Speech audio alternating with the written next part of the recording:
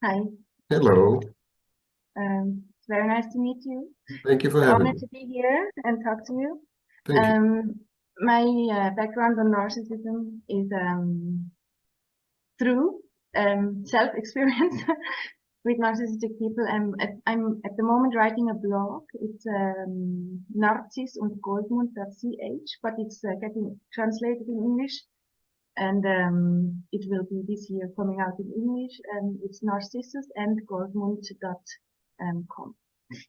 Yes, I'm writing about narcissism, narcissistic relationships, abusing narcissistic relationships, and yes, a lot of my inside information I get from you, Professor Samartin. Thank you. You have a very good way to explain the dynamics in a profound, like, sciencey way, but also understandable for people like me. Thank you. Just for like further clarification, I have prepared just a couple of questions. Sure. Even more than a couple. I just chose like what came to my mind this morning where I was here. So my first question would be like the merge of the false self. It's like an ingenious way of the mind to protect its host, sort of thing. So why isn't the mind like capable to deconstruct some constructions like that when they are not longer used or like a use for the person and for narcissistic person, like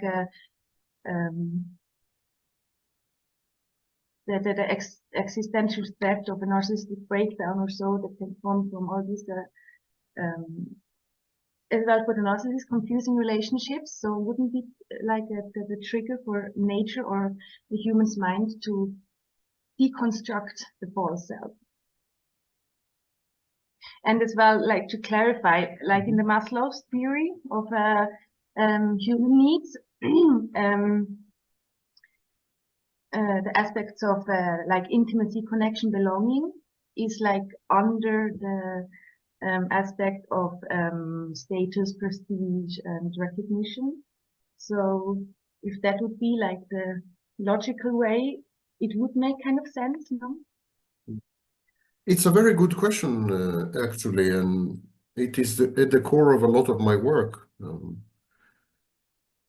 But I will try to avoid my work and rely on other authorities, other scholars. In order to understand why the false self survives into adulthood, which is essentially what you're asking, we need, of course, to go back a bit and understand why it is formed in the first place. And so the false self is the child's attempt to isolate itself, to firewall itself from pain and hurt in a relationship with parental figures, and usually the mother. In vast majority of cases, it's the mother, or a maternal figure, someone who fulfills the role, functions of the mother. Now, the pain and the hurt can be objective, so we would have sexual abuse, physical abuse, and so on, but they can also be subjective.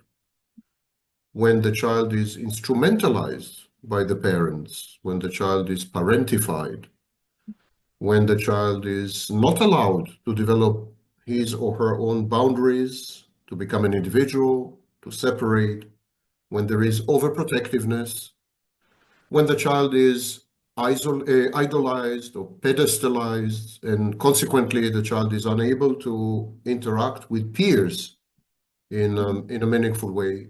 In all these situations, the child experiences, at the very least, ego dystony. In other words, discomfort, inconvenience, something wrong. But in the majority of cases, actually, the child experiences pain, and that pain is intolerable because the child perceives all this as rejection, as a form of rejection, which it is. And so to defend against this intolerable, unbearable, and above all, threatening pain, because if mother is bad, then she can neglect the child, she can abandon the child, and the child can die. So this is perceived as a survival issue. And so what the child does, the child comes up with an imaginary friend. It is a tactic that is used by healthy children as well. The child comes up, sorry? It is used by? It is a tactic that is used by healthy, normal children as well. So the imaginary friend in the case of our child, the imaginary friend is godlike. It is everything the child is not. The child is helpless. This imaginary friend is all-powerful, omnipotent. The child cannot predict the behaviors of adults, and this false self, the imaginary friend, is all-knowing, is omniscient. The child perceives itself as unworthy and unlovable and inadequate. And the false self, the imaginary friend, is exactly the opposite. It is perfection, perfection reified. It is, as I said, a divinity. It's godlike. But at that point, something interesting happens. Whereas healthy, normal children, they would have an imaginary friend, they would interact with the imaginary friend, they would even inhabit a space of fantasy for a while, but then they would emerge from this, and they would develop their own individuality, personality, self, ego, call it as you wish, their own identity, core identity. The child who is exposed to bad parenting or dysfunctional parenting would never exit this stage. What the child would do, the child would sacrifice itself, would eliminate or suspend itself. So it's a bit like religion, where there is a new God, that is the false self, and there is human sacrifice, where the child sacrifices itself to the God. This is an irreversible process, because when the true self is suspended, it's a bit like a muscle. If you don't use the muscle, you lose the muscle. Okay. So the true self is gone and is literally impossible to revive or resuscitate or reconstruct. So that's point number one. The false self is substitutive. It's substitute for the child. It's not something the child has. It's not something the child possesses. It's something that possesses the child. That's number one. Number two, the false self, and by extension pathological narcissism, are a positive adaptation in a negative environment. The environment is dysfunctional, threatening, this, that, and the narcissism allows the child to survive and to function to some extent. So it's a positive adaptation. And the positivity, the positive valence, the positivity of the false self survives. The child cannot suddenly regard the false self as negative, spurious, unnecessary, because throughout the child's early years and well into late adolescence, the child perceived the false self as the best thing that has ever happened to it. So there is this issue. The third issue is at some point the child divorces reality. There's a suspension of reality testing because the ego is not fully formed, the self is not constellated, not integrated. There is a disruption in the formation of the self. So many ego functions are outsourced. Many functions, many internal processes, internal psychological processes are outsourced. And so what happens is this kind of child grows up to become an adult who is 100% immersed in fantasy. And the fantasy is self-referential. For example, this kind of adult would find itself sexually attractive. He would regard only itself as a sexual object. That is known as autoerotism. This kind of adult would inhabit a solipsistic space where there is a counterfactual narrative, delusional, fantastic, inflated narrative of the self-concept. So the self-concept would be totally divorced from reality and would be grandiose, of course. That's grandiosity. It's a cognitive distortion. What I'm trying to say is your underlying assumption is that reality would be corrective. Reality would somehow inform the narcissist that maybe the false self is no longer necessary and maybe there are alternatives and so on. But reality has no access to the narcissist. And the narcissist has no access to reality. There is no feedback loop between reality and the narcissist. The narcissist is fiercely protective of the fantastic narrative, of the false self, and of the utterly detached bubble or solipsistic universe that he or she inhabits. So the narcissist does not allow reality to provide any input that would be countervailing, challenging, undermining, doubting, skeptical. All such input is immediately repressed aggressively.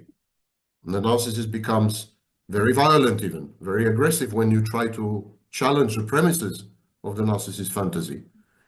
So the narcissist is too far gone, too removed from reality, so that whatever happens to the narcissist, bad relationships, failures, success, whatever happens, is completely meaningless. It's meaningless. The narcissist's life is utterly meaningless. There's no meaning there. And there's no emotional correlates. There's no what we call cathexis. There's no emotional investment in anything. And there's no emotional resonance with anything. And there are no emotions activated, definitely not positive emotions, activated at any point. So there is no way to tell the narcissist, listen, the false self is no longer needed. You're not a child anymore. You can take care of yourself. On the contrary, the false self undermines your relationships, destroys your life. There's no way to communicate this. The defenses and the resistances are too cemented, too rigid and hardwired. And that is it. That is a narcissist for life. I think hope dies at last, at the latest. So yeah, but now it's dead. I hope. Thank you very much. Thank you. No problem.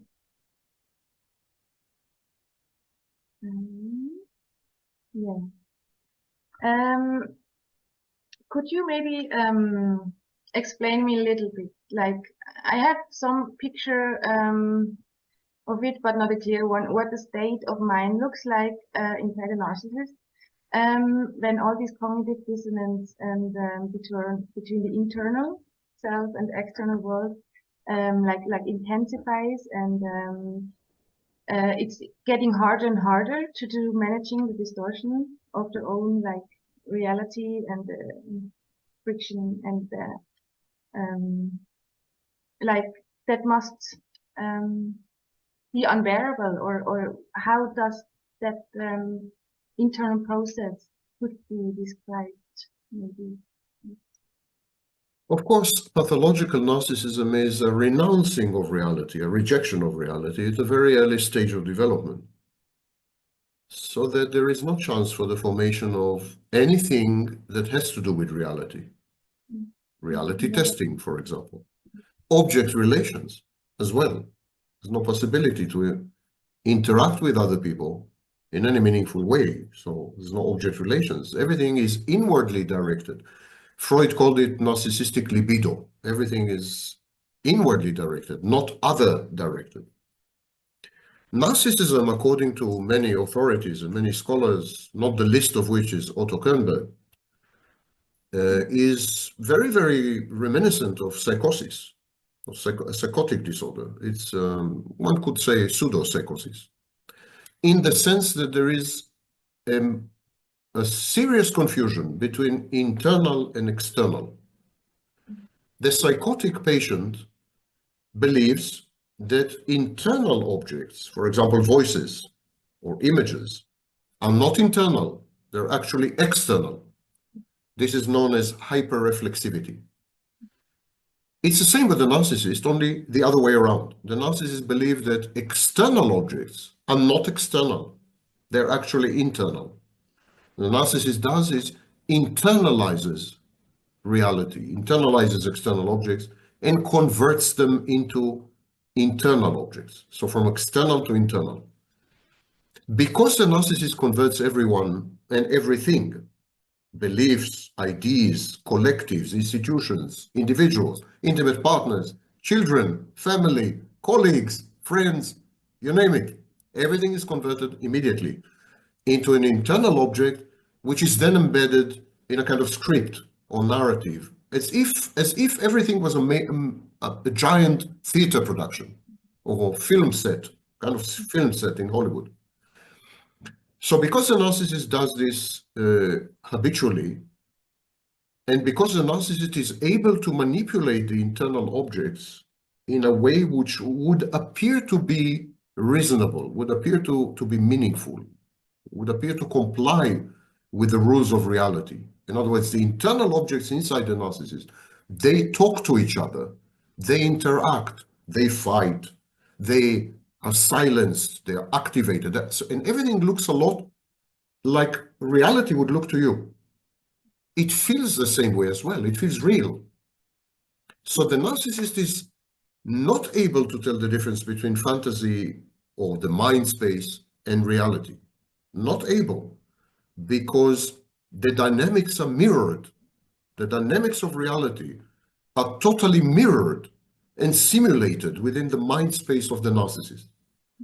There is a total mimicry of reality within the narcissist's mind, and it allows the narcissist to regulate himself.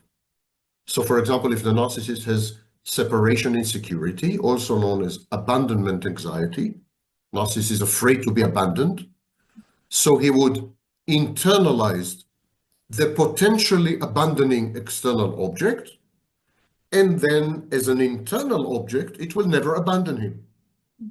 So that's the way he regulates anxiety. If the narcissist wishes to be perceived as an outstanding genius or a drop-dead gorgeous person or whatever, that's part of the grandiosity. What the narcissist would do, he would internalize external objects, he would internalize people, and then the internal objects would tell the narcissist that he is the one and only, that he's amazing, that he's, And so all the meaningful interactions are with internal objects, never with external objects, and there are no triggers in reality. Reality does not trigger the narcissist in any way, does not inform the narcissist, and so on. So while I understand from the outside this would look like some kind of dystopia, something horrible, actually the narcissist experiences it exactly the way you experience reality, assuming you're not a narcissist. Yeah? You experience reality. So the experience of narcissism is indistinguishable from the experience of reality, which is why narcissists are able to function in society, even, have accomplishments, outstanding accomplishments sometimes, and so on and so forth, because the simulation is close enough to reality. However, everything takes place inside, exactly like with a psychotic person. Everything takes place inside. And when external reality deviates or diverges from the internal simulation or the internal theater play or whatever, when there is a conflict between external reality and internal reality, a conflict which gives rise to dissonance and to anxiety, then this forces the narcissist to revise the content of the internal object. So, for example, imagine the narcissist wants to have a shared fantasy with you, which is the narcissist's way of saying he wants to fall in love with you. Yeah?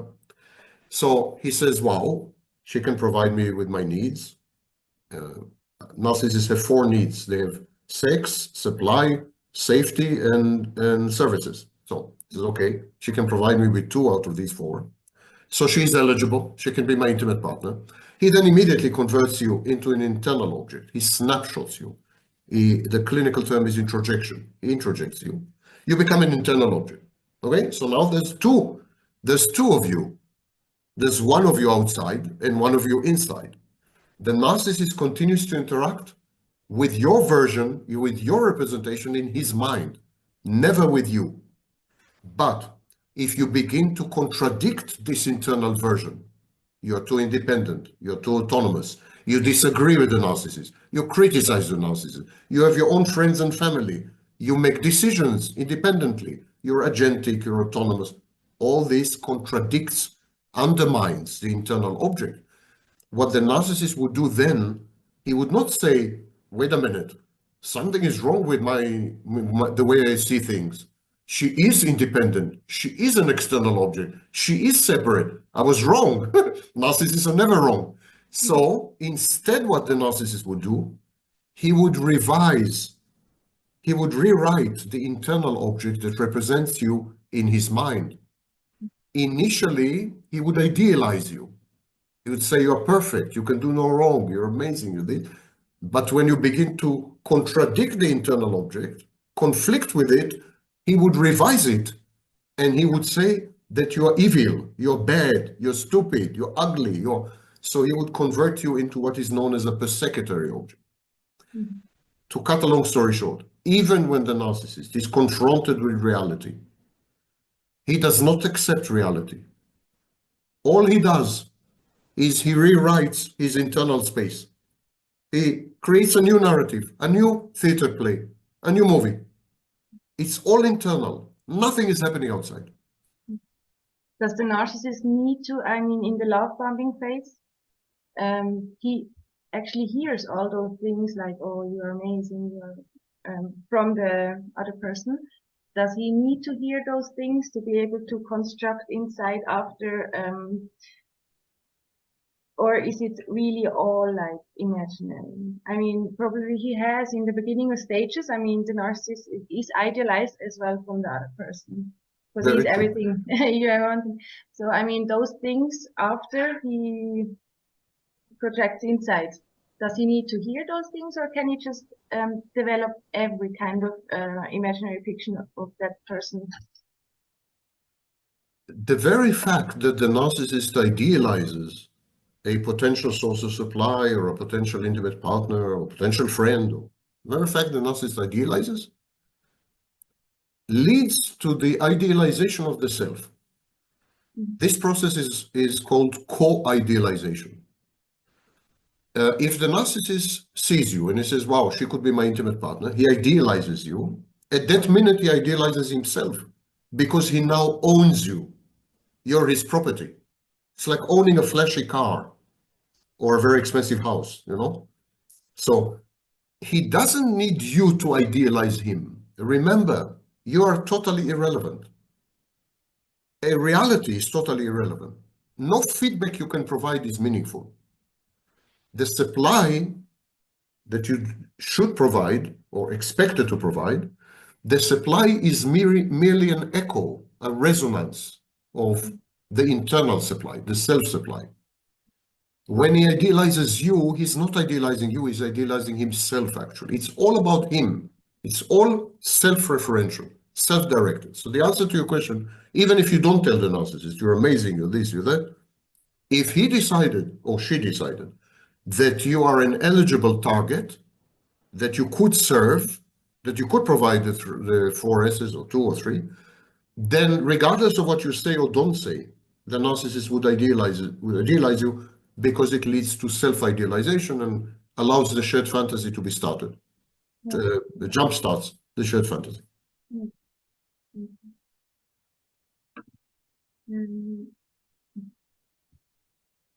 I read somewhere, I don't know how accurate it is. I think you said or read somewhere that that narcissism would belong to DID, dissociative identity disorder.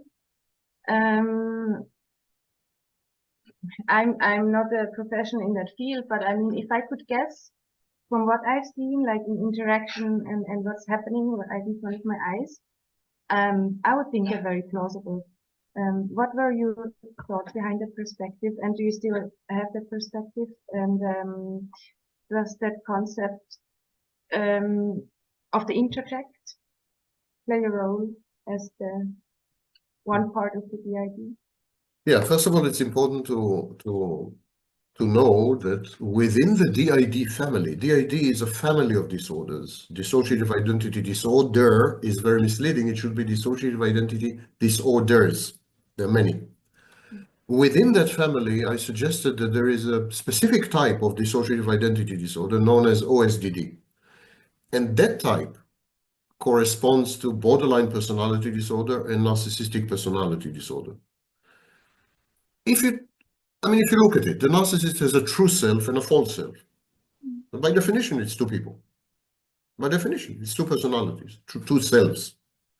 The borderline, of course, switches and has multiple self-states. One of them is a psychopathic self-state when she's acting out and so on. So today, and I would say in the past 20 years at least, this is pretty accepted. I suggested it 40 years ago, but today it's pretty accepted. And even in foundational textbooks of dissociation, textbooks that deal with dissociation, you can find suggestions that BPD and NPD are forms of DID. Now, DID is not related to introjection and introjects. I will come to it in a minute if you allow me. DID has to do with the fact that there is a failure of integration of functions. Early on, in early childhood, and well, up to age 6 or 5, what we do is we take various functions, representations of ourselves, representations of other people, and we put all of these together and we make a big cake. And that cake is the ego or the self, or whatever you want to call it, the core identity, whatever. This process is known as integration synthesis. And there's an integration failure with narcissists and borderlines. There's an integration failure. So what happens is that all these functions, representations of other people, representations of the self, they remain disconnected. They are fragmented. It's as if there was an explosive device that kind of blew everything up, and you have everything all over the place, strewn and shards, and it's a big mess. It's a kaleidoscope. And that's why we say that narcissists and borderlines have a disorganized personality. It's lack of organization there. And this is where the DID comes from. Specific functions get attached to specific self-representations and to specific representations of other people. And they form a conglomerate or an agglomerate, but there are other functions that do the same. So you have like multiple self-states or ego states, and they're all competing, and we have what is called identity diffusion. The result is identity disturbance or identity diffusion. The glue, think of it as glue. There's no glue. There's no glue. All the elements are there, exactly like in a healthy person, but they are not interconnected. They don't share much, and so on. So there's no glue holding them together. Introjects is a completely different issue. Introjects or introjection is one of the 4 processes: internalization, introjection, incorporation, identification. It's one of 4 processes. And it is our way to create a representation of someone else, avatar, kind of someone else within our mind, so that we can continue to interact with this person in the future. So we introject people because we accept as adults that people are not always physically present, that sometimes they leave the room, and we need to have a continuous relationship with these people, even when they are physically gone. We need to have what is known as object constancy. And so to accomplish object constancy, we create this snapshot, this photograph or video of another person, and we keep it here. And whenever that person is away, we interact with this image, at least in the sense that we maintain continuity, like we fully expect that person to reappear. So this is introjection, and this is the introject. Now the introject is full-fledged. It means it has all the characteristics of the other person, all the biographical information, episodic information. It also has a voice. It speaks. So it's very active, it's proactive. And of course, it has all the imagery of the other person. So take your mother, for example. Your mother is inside your head. The memories with your mother, the relationship with your mother, and so on. But most importantly, your mother has a voice. And she speaks, whether you want to or you don't want to. At times, She has things to tell you, and she does tell you. She informs you. This is an introject. With narcissists, so everyone is introject. Healthy people, normal people, everyone is introject. It's not pathological. But in narcissism, the introjection is compulsive. In other words, and also exclusive. In other words, the narcissist immediately converts people into introjects. He cannot help it.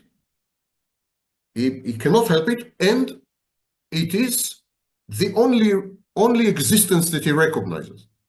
He dispenses, he discards the external object. He continues to interact only with the introject.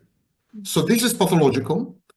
This is actually pretty common at age 2, more or less, 18 months to 36 months, pretty common, but we grow out of it. The narcissist never does. He's stuck at that age. He's stuck at that age in many ways, by the way, not only introjection.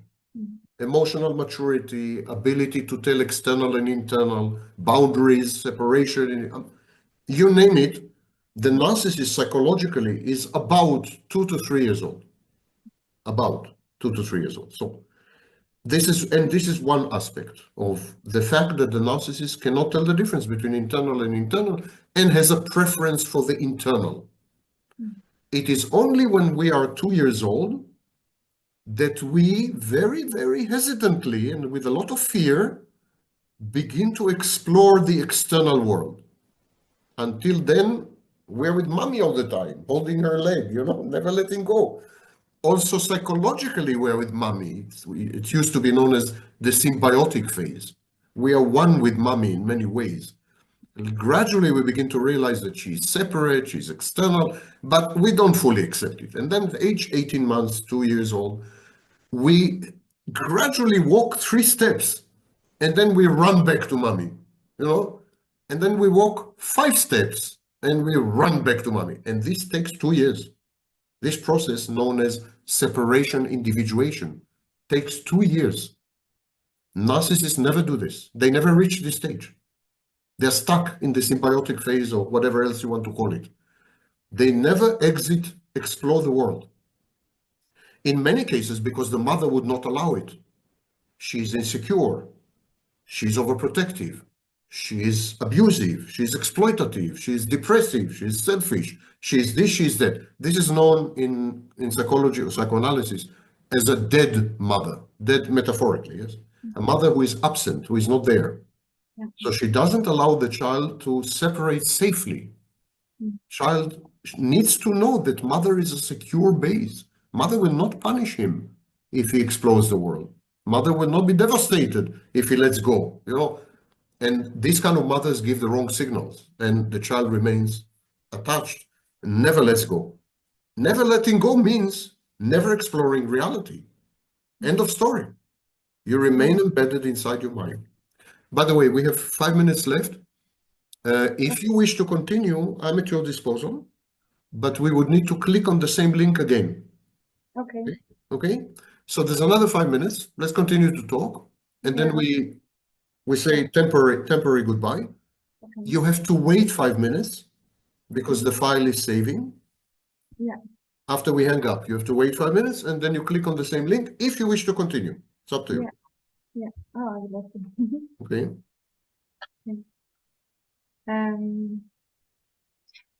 Like you said, there's no glue with the DID people to there's all separate identities. Like with the narcissist, you have the false self and the true self. Does like confabulation, is that the bridge between the two? So they like communicate through that, or they invent those? No, the true self is dead for all practical psychodynamic purposes. What Freud called abreaction, energy, the energy. It has no energy. It is deactivated, okay? It's kind of dead. It's think of it as someone pulled the plug out of the electricity socket. So no electricity. A battery ran out. Yeah? So this is the true self. So the true self is not dynamically active. In other words, the true self doesn't demand anything, doesn't interact with anything, and doesn't contribute anything to the internal life of the narcissist. There's only the false self. It's unique. Confabulation has nothing to do with the false self and the true self. Confabulation has to do with dissociation. Now, dissociation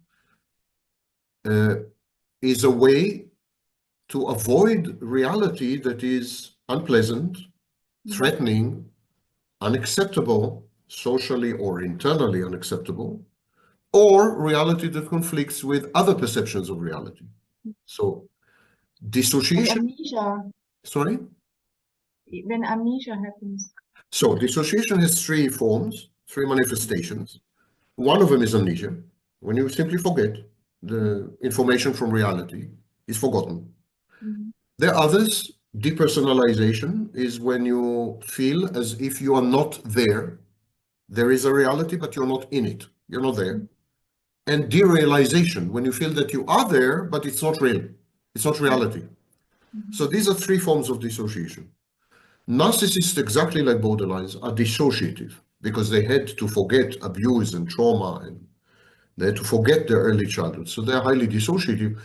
And this creates memory gaps. Narcissists have memory gaps. And to bridge the memory gaps, they create stories, narratives. And these narratives are confabulation. This is confabulation. So a narcissist will, for example, wake up in the morning in bed, let's call it event number one, and then he would take a shower, he would shave, but while he's taking a shower and shaving, he's dissociative. So he doesn't remember taking a shower and shaving. The next thing he remembers is sitting at the breakfast table and eating his omelette. And he sees that he's shaven and he feels fresh because he washed his face and so on. So now he has to explain to himself, what the hell happened between event one and event two? Waking up in bed and having breakfast. What has happened in between? And then he says, probably I washed my face and took a shave. Probably. It's reasonable, no? It's very likely. It must be true. It must be true. It's a fact. Of course I took a shower and shaved myself. 1,000,000%, I remember it. I absolutely remember it. And this is the process. And then the confabulation becomes memory. Yeah. And the narcissist defends the confabulation. Sorry. No, when presented with facts, audio or video, where the reality doesn't add up with the confabulation, they will reject the evidence. If I show this narcissist that he woke up in bed and his wife shaved him, not he, and I have a video of that, he would say, no, this video is fake, is from another day, is not true. I remember that I shaved myself. What are you talking about? I absolutely remember that. I even remember that I almost cut myself. I remember. So this is the power of confabulation. It has the power of memory. By the way, confabulation is not unique to narcissists. We have it in other mental health disorders. So now time to hang up. Wait 5 minutes and click. Yes, thank you. See you again. For example, confabulation is an integral part of psychotic disorders. In psychosis, especially schizophrenia, there is a lot of confabulation. Confabulation is common in Korsakoff syndrome, where alcohol damages the brain, and was even observed in Alzheimer patients and other dementias. So confabulation seems to be a normal human response when there are memory gaps that create extreme discomfort or even a sense of threat and menace. Then you're trying to cover up for these memory gaps by inventing a story, and then you have the emotional incentive to believe that the story is true. And that way, soothe yourself or comfort yourself or calm yourself down. Because without memory, we don't have identity. If I take all your memories away, there's no you. So it's a very, very threatening, it's a horrible feeling. Yes, it must be. What interests me personally, I have ADHD, and I seem to be drawn, I don't know, to narcissistic people, or I don't know, find it fascinating something. Is there a correlation between that? They have some similarities like impulsivity, affection control, things like that, because they like see those similarities in each other. That on the surface, observationally, phenomenologically, there are similarities between pathological narcissism and ADHD, and also pathological narcissism and autism spectrum disorders. There is, but these similarities, in my personal opinion, are a bit superficial. They don't reflect identical internal dynamics. They reflect the fact that the repertoire of possible human responses is limited. So we react to different motivations and different processes and in the same way, because there is only a limited number of possible reactions. Exactly like there's a limited way of possible facial expressions. You can smile, you can be angry, but that's it. So I personally don't think that there are shared dynamics between ADHD and autism and narcissism. I don't think so. Although I have, those of you who are interested, I have on my website at least two videos, two very long videos, 1 hour plus each, dedicated to ADHD and narcissism. So if you go to the comorbidities playlist on my video channel and go through it, you will find the videos which deal with ADHD and narcissism. Just one small side question, like it's hard to diagnose NPD because usually the own suffering is not, or like they go in therapy for alcoholism, or like you said, those like comorbidities, and then it gets there's also narcissism. So I guess the diagnosis is not given that often. Yeah. But yeah. Well, first of all, of course, narcissists have a resistance to being diagnosed because they don't consider themselves in need of help or problematic in any way, or inferior or damaged or sick, or they stigmatize mental illness. They regard mental illness as a form of weakness or deficiency. And so they're very loath, they're very against being diagnosed with any mental health issue. Additionally, narcissists are very defiant and contumacious. They reject authority. So they would try to devalue the clinician or the therapist. They would try to defy, if there's a test, they would defy the rules of the test or the instructions of the test, and so on and so forth. However, that is common in many other mental health issues. So bipolar, for example, people with bipolar disorder in the manic phase, they also refuse to attend therapy. Schizoid, people with schizoid personality disorder, schizotypal personality disorder especially, paranoid personality disorder, and many, many other mental illnesses. People are reluctant to be diagnosed. So what we do, we have what is known as clinical population. The people who ended up in the clinic, ended up being diagnosed, whether they wanted to or did not want to, because of a court-mandated evaluation or because they hit rock bottom and they have no other choice, or for whatever the reason, they ended up being in prison, they're in prison, they ended up being diagnosed. So then we have a clinical population. And we believe that the clinical population is a good representation of the general population. In other words, that it is a representative sample, that it is statistically significant. And so within the general population, within the clinical population, extrapolating from the clinical population, we believe that anywhere between 1% and 3% of the population have narcissistic personality disorders. That includes all kinds of borderline personality disorder, which is highly comorbid with narcissism and so on. About 1 to 3%. Probably the correct figure is 2%. And the reason people disagree with this number is that they confuse narcissistic style with narcissistic personality disorder, and they confused dark personalities with narcissistic personality disorder. Narcissistic style is pathological narcissism light. It's like light Coke, you know, it's light. These are the behaviors of narcissists, but not all the traits and very few of the pathological dynamics. So this could be a person who is an a-hole or obnoxious or a jerk, unpleasant person, someone you wouldn't want to spend your time with in a pub or something, but otherwise is not mentally ill or is not mentally disordered, doesn't have pathological dynamics, and doesn't have many of the traits of narcissism.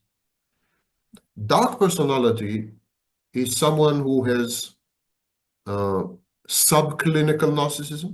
In other words, narcissism that cannot be diagnosed as a disorder, like narcissistic style. Subclinical psychopathy, psychopathy that cannot be diagnosed as psychopathy, doesn't meet the benchmark, doesn't meet the minimal diagnostic criteria. So, and Machiavellianism, and in dark tetrad, sadism. So, dark personalities are not narcissists. They're not psychopaths. And similarly, people with narcissistic style are not narcissists. And we have self-styled experts with and without academic degrees spewing complete trash and nonsense, saying, for example, that 1 of 6 people has narcissism. That is a powerful indication of extreme ignorance. So the figure is much less, considerably less. That is the picture.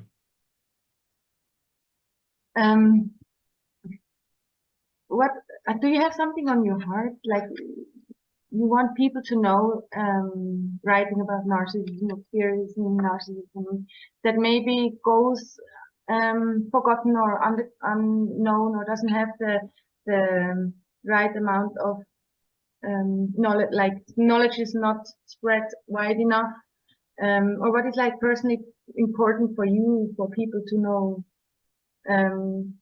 in this kind of I think it's very important to realize that narcissism is a disguise. It's not an accident that the word personality is based on the Greek word persona, which means mask. We put on a mask.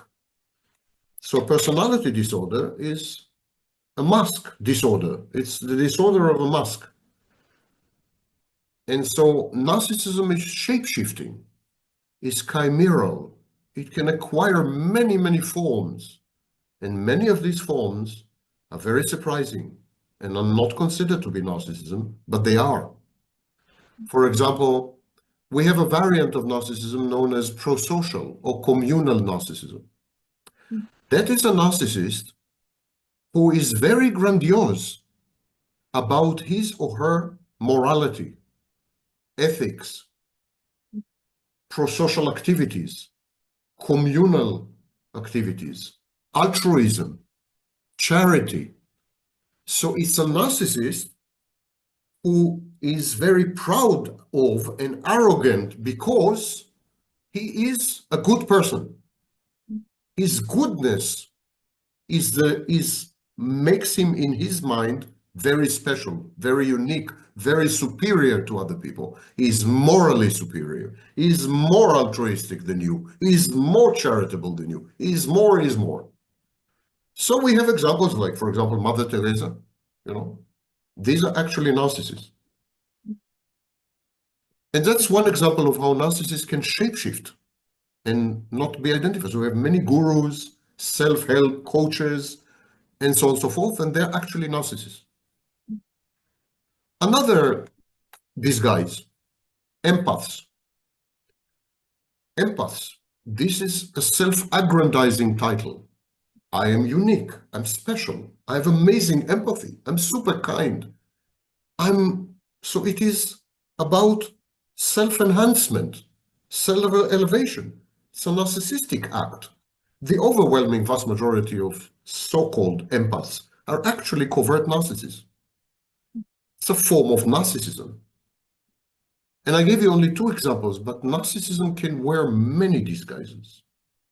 For example, a mother who is overprotective and constantly worries about the child, and so she constantly brings the child to hospitals, and this is known as Munchausen syndrome, or Munchausen by proxy, and so on. There is a strong component of narcissism there because the mother wants attention. She wants the attention of the medical staff. And she wants to be glorified and glamorized, that she's a great mother, how much she's suffering, how much she's sacrificing for her child. It's again an example of narcissism. So it's very dangerous to take anything at face value. Ask yourself all the time, is there a narcissist hiding behind it? And very often you will be surprised. The answer is yes, there is. So this is a message I would like to, and I think the second message I would like to convey, maybe another 2 with your permission. Victimhood. Victimhood has become an organizing principle of society. Victimhood gives life meaning, makes sense of your own personal history, gives you direction and purpose, and of course gives you special rights. Victimhood pays, sometimes pays money. So victimhood became this chic fashion. Everyone and his dog is a victim. And we are running out of abusers because there's so many victims, So because we are running out of abusers, victims invent abusers and invent abuse. So-called victims, professional victims, lifelong victims, victims whose victimhood is their identity. Victims who feel only good when they're victims. Victims who leverage the victimhood to obtain attention, to obtain adulation, to obtain pity, and to obtain concessions from other people. We have this tremendous abuse of the concept of victim, especially online. These are the real abusers because they deny real victims sympathy and access and empathy and so on. They are hogging the limelight. They are blocking real victims from having access and so on. And I think it helps to, if like me, I didn't have the concept what is narcissism, narcissistic abuse. I didn't know. I thought that the arrogant people are narcissists. And then, the internet helped me I Googled some behavioral, and then I came across narcissism. And then, I think it's a good starter to know that narcissism exists and narcissistic abuse and how the cycle goes and everything. Yeah, and community, I think talking with other people who experience the same to validate one's own perception of, not one perception, but one's own reality, which... but if all this is founded on lies and misinformation, then none of it is helpful. All of it is pathologized. Yeah. If it's founded on real information, on vetted information, then it's very helpful and very... But if it's founded on nonsense and lies and narcissists are demons, and the quantity of nonsense and disinformation online is mind-boggling. And you cannot build anything healthy on this foundation, not even community. You cannot. It pathologizes you. What would be like a side of getting information from quality sources? What would be another helpful thing for victims to do? Victims cannot do anything, but what we should do is we should educate clinicians, therapists, psychologists, psychiatrists, court evaluators, social workers, and the community. We should open a massive educational effort so that people have alternatives. Today, if you're a victim, you approach your therapist, she never heard of narcissistic abuse. Or if she did, she's fed by the internet, or she has no idea what is narcissism. Or, same with your psychologist or psychiatrist or your professor in the university. So we need to create a credible, vetted, viable alternative to the corrupted online space. And we don't have it. I agree. We don't have it. I blame academia. I blame my colleagues for refusing to open YouTube channels. Okay. Absolutely refusing. I blame them for it. I think they are leaving the field open to charlatans and con artists because they refuse to get their hands dirty. They refuse to get involved, you know. So all kinds of, you know, swindlers and scammers take the place. There's no alternative, exactly like there's no alternative in the space of masculinity. When you end up with Andrew Tate, because there's no other voice that analyzes masculinity and proposes alternatives to young boys. So young boys today have one alternative, not choice, one alternative, and that's Andrew Tate, end of story. Same with narcissism. When people come online, they essentially have one alternative, and it's the wrong alternative. So, and I blame people like Keith Campbell and so on that they don't have a YouTube channel. Because if people had the choice between Keith Campbell and some other YouTube channel, you know, I want to believe that some people would have chosen Keith Campbell. And then I know they're in safe hands because there's nothing about narcissism that Keith Campbell doesn't know. But he's not on YouTube. Why? Why is he not on YouTube? That's not okay, in my view. It's part of his civil responsibility as an intellectual. We have abrogated our responsibility as intellectuals because we don't want to get our hands dirty with a YouTube swamp, you know. And that I blame academia, of course.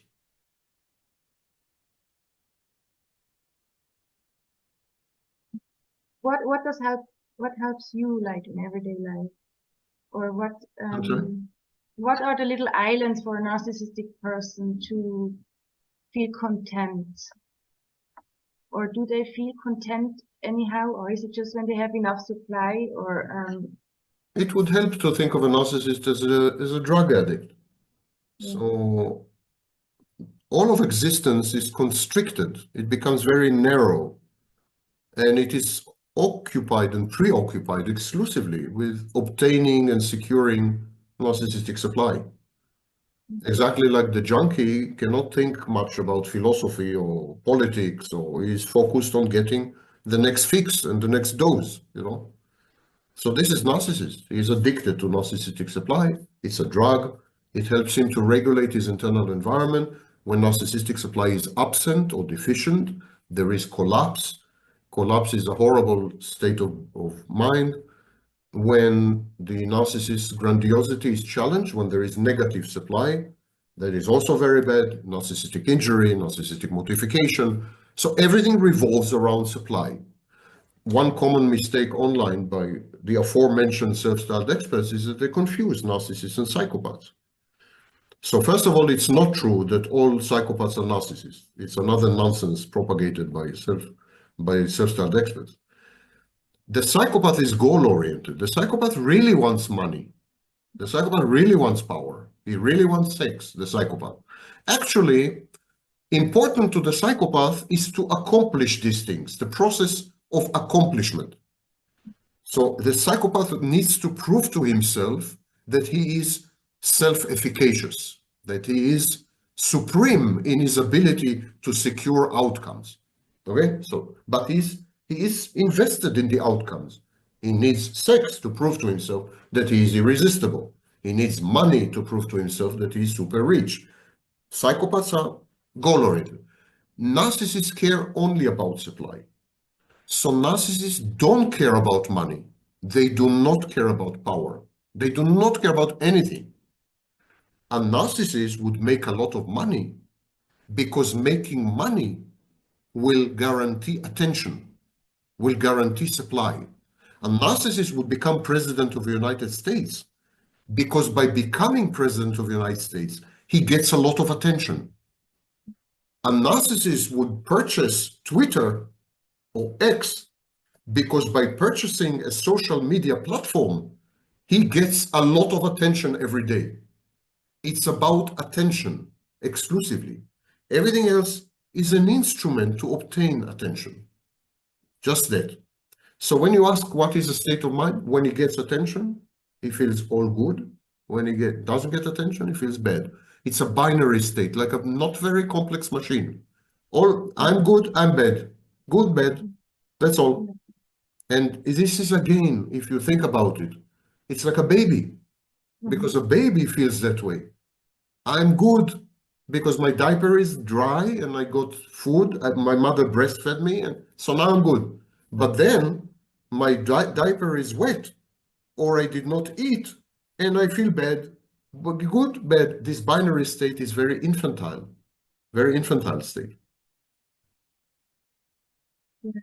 It's a complicated subject. I feel like I've been pulled into this universe of narcissism, and there's no way to leave it ever again. Black hole. Black hole, I'm saying. Black hole, yes, really. I mean, I'm fascinated, and I think I manage my own experiences through that to understanding and to theoretical. So I don't have, because the emotional component is horrific. So it's like soothing to know why and to understand. I think that helps a lot as well. Knowledge about. And this is why narcissism is so much spoken about. Why it's so, because narcissism is an organizing principle. Narcissism can explain to you not only the specific behavior of specific individuals, but narcissism can explain to you politics. It can explain to you social trends. It can explain to you social media. Narcissism has a huge explanatory power. We call it hermeneutic. It's hermeneutic. It makes sense of the world. It gives the world some kind of meaning. It teaches you what makes other people tick, what makes the world tick. So it is an overarching principle of human conduct and human organization. That's why today politicians accuse each other of being narcissists. And when you want to understand an actor in Hollywood, we say, oh, he's a narcissist. And when you try to understand sexual assault, you say this is narcissistic behavior. Whatever you're trying to, when you look at social media, it encourages narcissism. Wherever you look, if you use the concepts of narcissism, the world becomes much more understandable, much more comprehensible. So it's useful and helpful to import or to leverage or to use narcissism, not only in interpersonal or intimate relationships, but in everything, in absolutely everything. It's like a keyword for everything. So it should be taught in school, in the curriculum, really, for kids, not like this, but in an understandable, breaking down way, just the basics, or so children would understand already, like, or would be able to differentiate different behaviors of humans, and yeah. There was an article in Scientific American in July 2016, a cover article, cover page, and it said, parents, teach your children to be narcissists. Narcissism is positive adaptation. It's helpful to be a narcissist or to imitate a narcissist or so on, because you become president of the United States, you become a rich guy, you become, it pays. It's a positive survival strategy. And many academics now are beginning to glorify narcissism. They say narcissism is good. It's the next step in evolution. It's high functioning. We need narcissists. We need psychopaths. They're good for society. They're good for the species. So it's becoming a good thing, not a bad thing. And like the imitation of narcissism or narcissism? Narcissism. Yeah. It's perceived as a good thing in the current civilization, in current society. It's perceived as a good thing, not a bad thing. Something you should have. Or you should develop at least. You should definitely be a narcissist because it pays. It's a positive adaptation, not maladaptation. Yeah, but I mean, how narcissism starts, I mean, then they would have to raise their children very differently and very badly to. Well, they do. They do actually. There are two pathways to narcissism, as I mentioned. You can be abusive in the classical sense, physically and so on. But you could also idealize the child, idolize the child, pedestalize the child, and so on. And whenever you remove the child from reality whenever you don't allow the child to interact with reality and peers in a meaningful way, to have friction with reality, and whenever you prevent the child from creating boundaries and separating, these are all abusive behaviors that lead to narcissism. So we have pathways, adversity-based pathways of classical abuse, but we also have these pathways. And so today I think parenting is essentially the second pathway, where the child can do no wrong, the child is overprotected, the child is idealized and idolized, the child is, you know, a god, or godlike figure, and so on. That also leads to narcissism, of course. Scary thought that there could be a parenting book, How to Raise a Narcissist. Yeah. But I think it's too late. I personally think it's too late. I think we have crossed the Rubicon, and I think we are heading towards a narcissistic psychopathic civilization, where narcissists and psychopaths rise to the top already. That's not a prediction. It's happening. They rise to the top politically, but not only in science and everywhere.